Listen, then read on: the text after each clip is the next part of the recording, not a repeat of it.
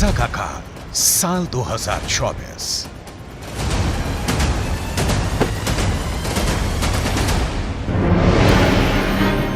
Gaza युद्ध को लगभग 3 महीने होने जा रहे हैं, लेकिन अभी तक इजरायल की आईडीएफ गाजा से हमास लड़ाकों का सफाया नहीं कर पाई है। हालांकि पिछले 36 घंटों में इजरायली सेना ने हमास के लड़ाकों के साथ साथ 200 से ज्यादा फिलिस्तीनियों को मार डाला है। हैरानी की बात तो यह है कि इजरायली सेना पर पिछले 2 हफ्तों से अचानक हमास के लड़ाकों ने उत्तरी गाजा और दक्षिणी गाजा में जबरदस्त हमले शुरू कर दिए हैं। साल के आखिरी दिन 31 दिसंबर 2023 को हमास की तरफ से जारी किए गए इस वीडियो को देखिए, जिसमें हमास के लड़ाके इजरायल के टैंक बख्तरबंद लड़ाकू वाहनों पर बेहद पास से हमले कर रहे हैं।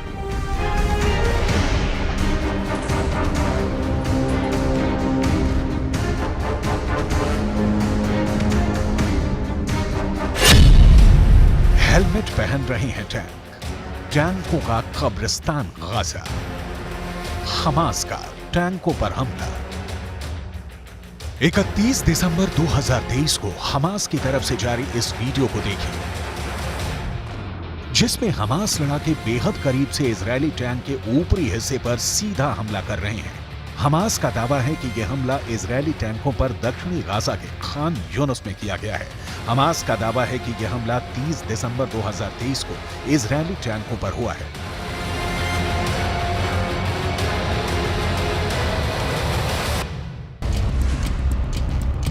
इजरायल के टैंकों पर चुन चुन कर हमले हो रहे हैं, क्योंकि इजरायल का मरकावा टैंक हमास और गाजा का काल बन चुका है। इजरायल इन्हीं टैंकों से अब तक 800 से ज्यादा सुरंगें तबाह करने में मदद कर चुका है। यही वजह है कि अब हमास इजरायल के टैंकों पर बेहद पास से हमले कर रहा है। कई बार तो मुश्किल से 20 से 25 फीट की दूरी से हमास हमले कर रहा है।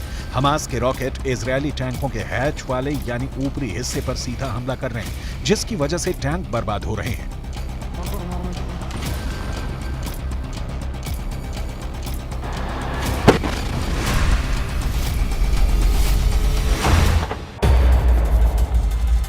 अब हमास की तरफ से जारी ये वीडियो देखिए, जिसमें हमास के लड़ाके गाजा में कब्रिस्तान बन चुके इमारतों के पीछे से इजरायली सेना पर हमला कर रहे हैं। दावा किया जा रहा है कि इस हमले में कई इजरायली सैनिकों की भी मौत हुई है।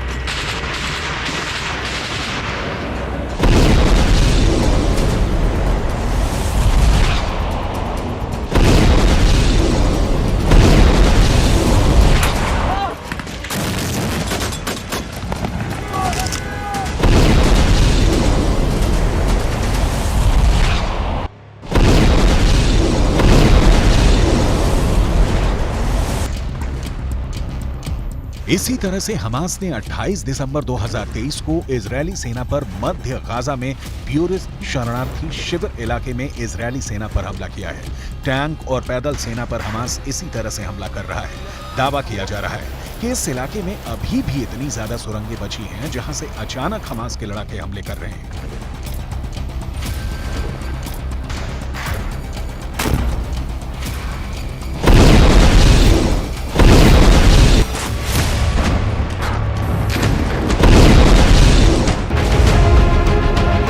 इसी तरह से हमास के लड़ाकों ने 27 दिसंबर 2023 को एक ही हमले में 12 से ज्यादा इजरायली सैनिकों को मारने का दावा किया है। हमास का ये वीडियो किस जगह का है ये तो नहीं पता, लेकिन वीडियो में इजरायली सेना पर हमास के लड़ाकों के हमले साफ देखे जा सकते हैं। यही वजह है कि इजरायली सेना के मरकावा टैंक के ऊपर शील्ड लगाई जा रही है, ताकि टैंकों को तबाह होने से बचाया जा सके। इजरायल की मौत बना हमास का सुरंग युद्ध। अब तक इजरायल के 480 से ज्यादा सैनिक मारे जा चुके हैं। इसकी सबसे बड़ी वजह हमास की वो सुरंगें हैं जो अभी तक इजरायल तबाह नहीं कर पाया है। हालांकि नेतन्याहू पिछले हफ्ते गाजा पहुंच गए थे और उन्होंने इजरायली सेना के कमांडर्स और सैनिकों के बीच काफी वक्त बिताया। नेतन्याहू ने साफ कह दिया है कि अब किसी भी कीमत पर गाजा युद्ध नहीं रुकेगा, चाहे भले ही गाजा युद्ध लंबा चले। अगर हम गाजा में फिलिस्तीनियों और हमास के लड़ाकों पर नजर डालें तो तस्वीरों और आंकड़ों से बिल्कुल साफ हो जाता है कि इजरायल ने गाजा को पूरी तरह से कब्रिस्तान बना दिया है। गाजा में 70% से ज्यादा इमारतें तबाह हो चुकी हैं। 19 लाख फिलिस्तीनी शरणार्थी बन चुके हैं। भूखे, प्यास, बीमारी और बमों के हमलों ने गाजा में फिलिस्तीनियों को साक्षात नरक में पहुंचा दिया है। जरा ये आंकड़े देखिए।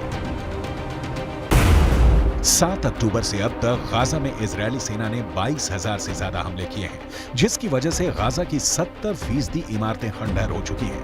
यूएन के आंकड़ों के मुताबिक पूरे गाजा पट्टी में 3,55,000 से ज्यादा इमारतें तबाह और बर्बाद हो चुकी हैं, जिसमें कोई रह नहीं सकता है। इसके अलावा स्कूल, कॉलेज की 370 से ज्यादा इमारतें पूरी तरह से इजरायली हमलों में जमीन में दफन हो चुकी हैं, जो इजरायल के खौफनाक हमलों का जिंदा सबूत है। 7 अक्टूबर 2023 से अब तक गाजा पट्टी में इजरायली सेना ने हमास के ठिकानों पर जबरदस्त हमले किए हैं, जिसकी वजह से 230 से ज्यादा मस्जिदें और पूजा घर गाजा पट्टी में तबाह और बर्बाद हो चुके हैं। गाजा में सबसे भीषण और दर्दनाक हमले इजरायल ने अस्पतालों पर भी किए हैं, क्योंकि इन्हीं अस्पतालों के नीचे हमास की दर्जनों सुरंगें हमास का हेडक्वार्टर और अड्डे बने हुए थे। हमास इन्हीं अस्पतालों की आड़ में इजरायली सेना पर हमला कर रहा था। इजरायल ने ऐसे 36 में से 26 अस्पतालों को जबरदस्त बमबारी में तबाह कर डाला है। गाजा में रोटी के लिए लोग तरस रहे हैं। 20 से 23 लाख लोगों को रोटी नहीं मिल पा रही है, क्योंकि इजरायली सेना ने 11 बड़ी बेकरी तबाह कर डाली है। पूरे गाजा में 17 लाख से ज्यादा फिलिस्तीनी शरणार्थी बन चुके हैं। हालात ये है कि उत्तरी गाजा की 90% जनता भाग गई है। अब तक के आंकड़ों के मुताबिक 21,822 से ज्यादा फिलिस्तीनी मारे जा चुके हैं, जो साबित करता है कि हमास को इजरायल पर हमले की भारी कीमत चुकानी पड़ रही है। हैरानी की बात तो यह है कि इजरायल के हमलों में मारे गए कुल फिलिस्तीनियों में से 47% मरने वाले बच्चे ही हैं।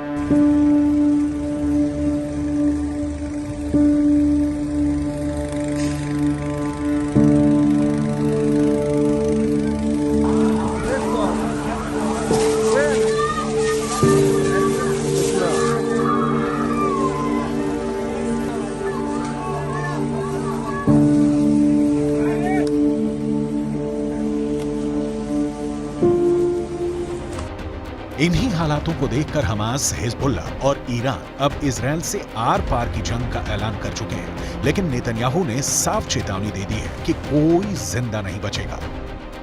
לוחמים על הקרקע, לפעמים גם מתחת לקרקע, ויש לנו עיניים בשמיים. אנחנו אומרים למחבלי החמאס, אנחנו רואים אתכם ואנחנו נגיע אליכם. אנחנו ממשיכים במלחמה, מעמיקים את הלחימה בדרום הרצועה ובמקומות אחרים. אנחנו נלחמים עד הסוף, ובעזרת הטכנולוגיה המתקדמת ביותר. उत्तरी गाजा पर इजरायली वायुसेना के लड़ाकू विमानों ने हजारों बम गिराना शुरू कर दिया। इजरायल की कॉर्पोरेट बॉम्बिंग ने देखते ही देखते उत्तरी गाजा में इमारतों को जमीन में दफन कर दिया। यहां तक कि उत्तरी गाजा में इजरायली सेना ने मरकावा टैंक से हमले शुरू कर दिए। इजरायली डिफेंस फोर्स की रीढ़ मरकावा टैंक पर हमास के लड़ाकों ने भी जबरदस्त पलटवार किया और कई दर्जन टैंक लगभग 90 दिन की जंग में तबाह कर दिए। हमास के लड़ाकों ने सुरंगों से निकलकर उत्तरी गाजा में हमले किए। इजरायल ने लगभग 90 दिन की जंग में हमास के टॉप कमांडर्स को चुन चुन कर मारा है। अब तक 100 के करीब हमास के कमांडर मारे जा चुके हैं। लेकिन जिस तरह से हमास गाजा में पलटवार कर रहा है, उससे साफ हो चुका है कि साल 2024 गाजा के लिए बहुत विनाशक साबित होने जा रहा है।